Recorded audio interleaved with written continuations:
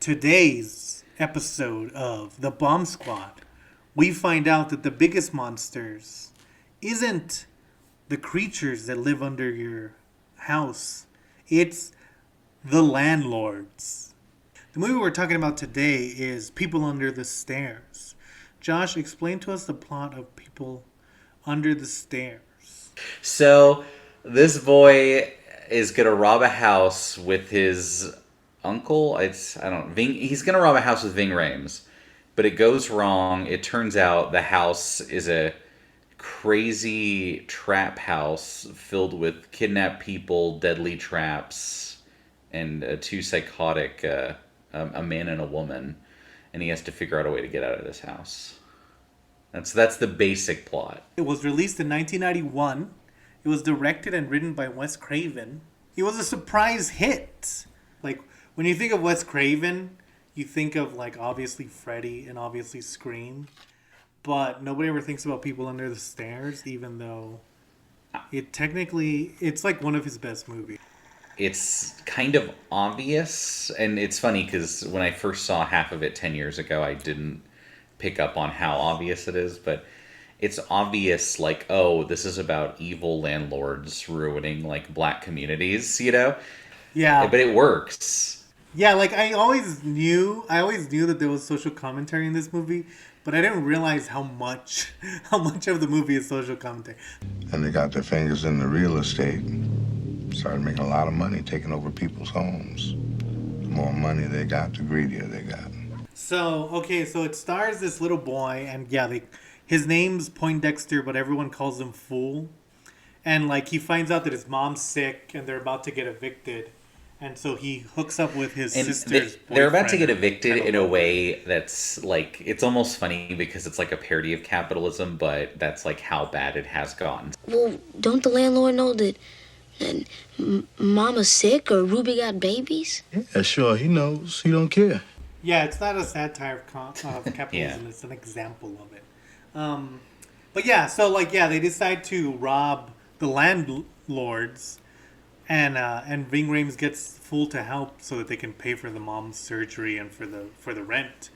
And then they break into this house, and it turns out that the landlords are, like, some kind of sadistic serial killers where they've been, like, collecting children to make the they don't perfect have child, names. They're just but then they called punish mommy them. and daddy, or they call each other mommy and daddy, and you think that Yeah. they are, like, a husband and wife, and that, like, there's this little girl, and you think it's the daughter, and you find out, oh, they're brother and sister, and this is just one of the children they've kidnapped to...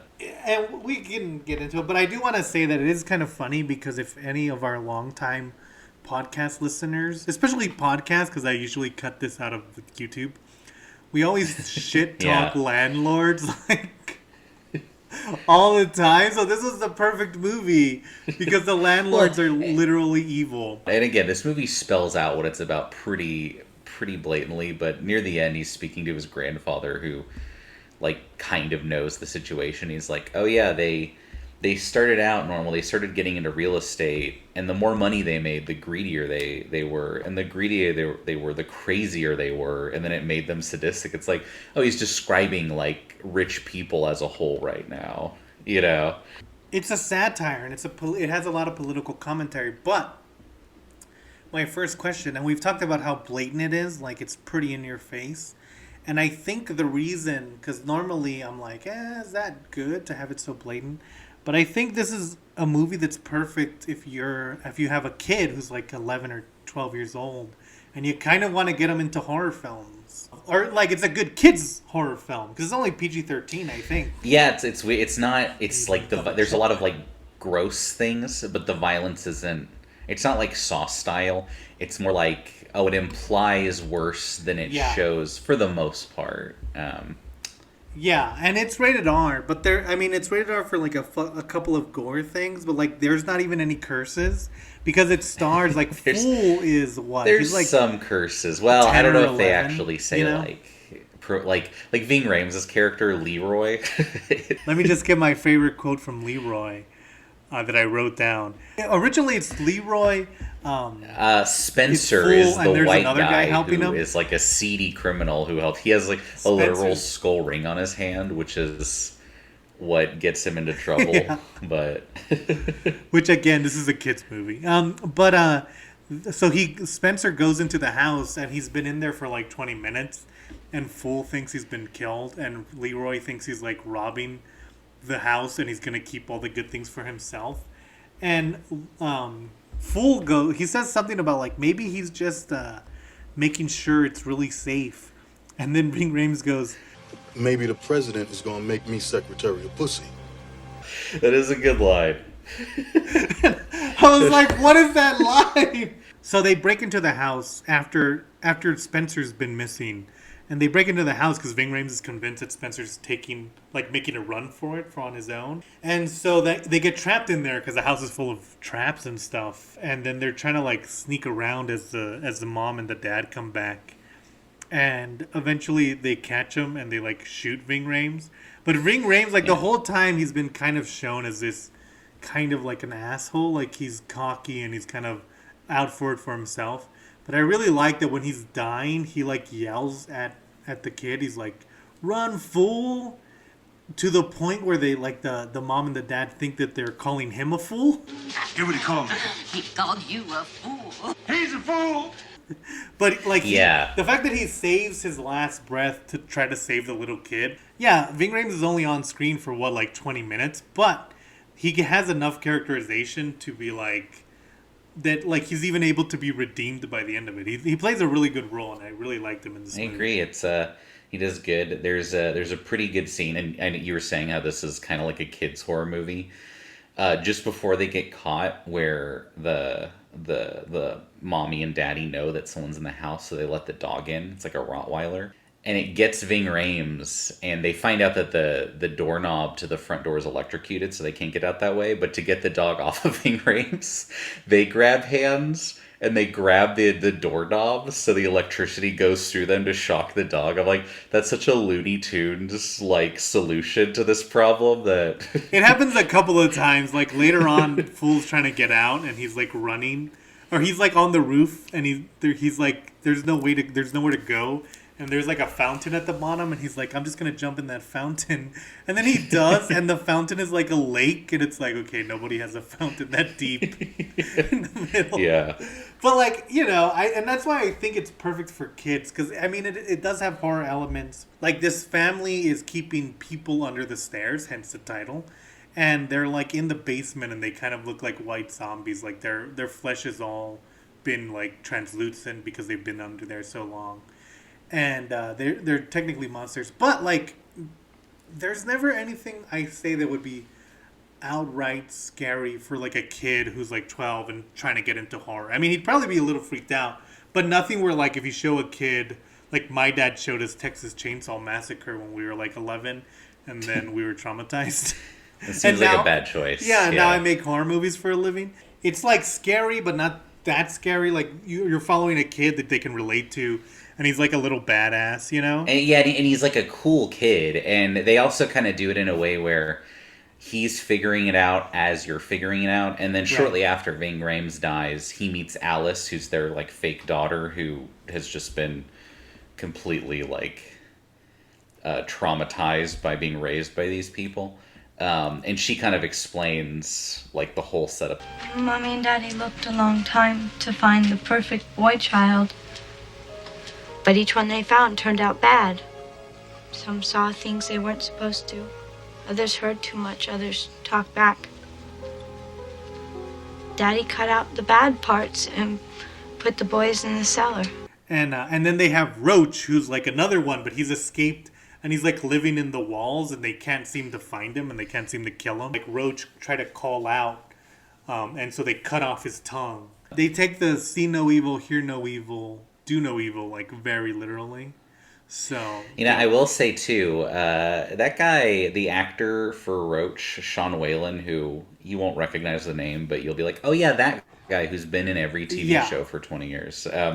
He does a really good job because he can't speak, obviously, so it's just all kind of physical facial expressions and work, and decide The to like metaphor inflict is on so you, rampant with the people under the stairs. It's like, oh, you think that they're the monsters and they're not, and it's like, of course, like, capitalism has us fighting each other when we should be working together to stop the gimps.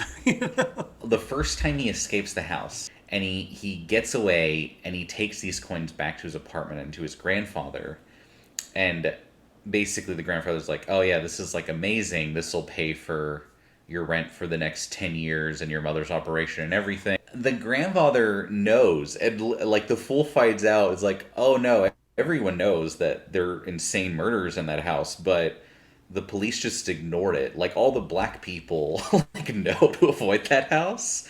It's like the entire community is aware of it, but the police ignore it because they're rich white people, and it's like, oh, okay. Because Right. later on, when Fool decides to go back because he wants to save Alice, the entire community does show up to essentially like try to help too.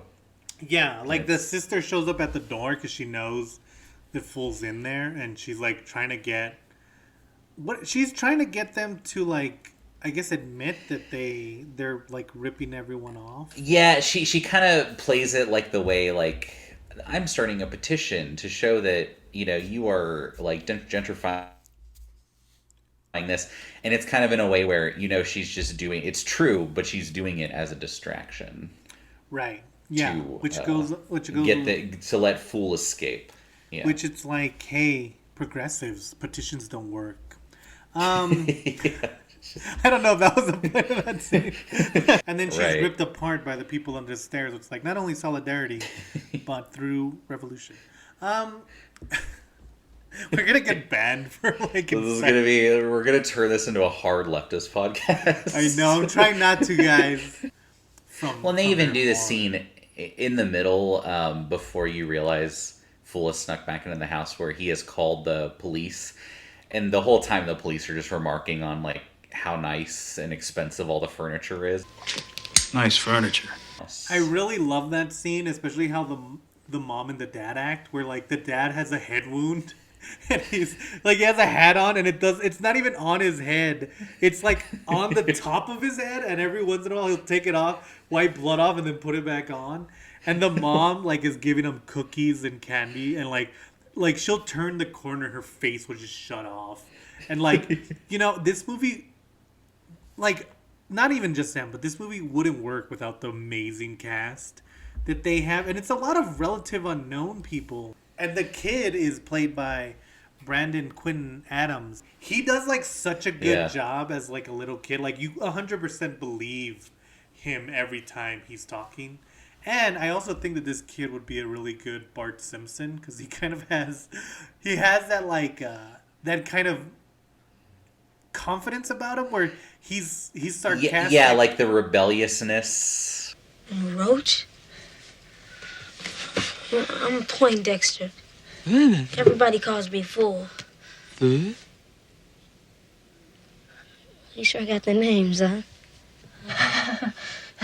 Yeah, where it's like he's rebellious, but he's not like he's not evil. He's just like a rebellious kid who's curious about stuff.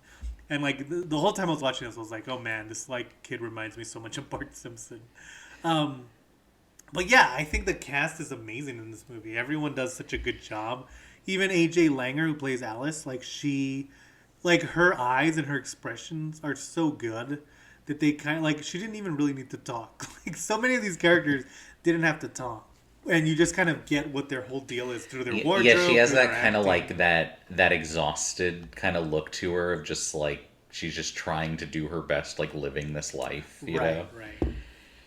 Yeah, I think everyone in this movie does such an amazing job. And yes, we should talk about the ending, because if you thought it was on the, if you're like, you know what, maybe this is about capitalism, but I'm not sure. The ending I haven't figured it out yet. The ending is, it turns out the people under the stairs aren't evil, of course. They're just impoverished. So they show the fool the vaults where the mommy and daddy have kept like all their money. And he also finds dynamite in there. And then the daddy confronts him and has a shotgun on him and is going to kill him. Yeah, like Fool has them in the basement where they're hoarding their wealth. And then they prove that trickle down economics can work as long as you kill the elite. And the fool basically like crosses wires to detonate the dynamite and jumps. And as he's jumping out of the way, the entire house explodes in a fireball of money. And then money starts raining down on the street, and everyone starts celebrating as they get the money. It's like, oh. As the dad dies in a fireball of exploding dollar bills. And there's also a great, because they've let the people under the stairs out. And as all the community is dancing and like scooping up the money and celebrating, the people under the stairs just walk out into the street in like a daze, and they just like walk away, like so bewildered by what's happened. Well, yeah, and I think that's great. another thing where they just kind of sneak off into the night. But yeah, watch people under the stairs. But before we go, we're gonna have a deep dive coming out right after this episode premieres, and we're talking about the weirdest R-rated movies that got turned into cartoons. And it was more like I instantly thought of 5. And then as I was doing research, I found like a bunch more. But I was like, no, let's stick with 5. And we'll see you guys next time. Josh, say goodbye. Goodbye.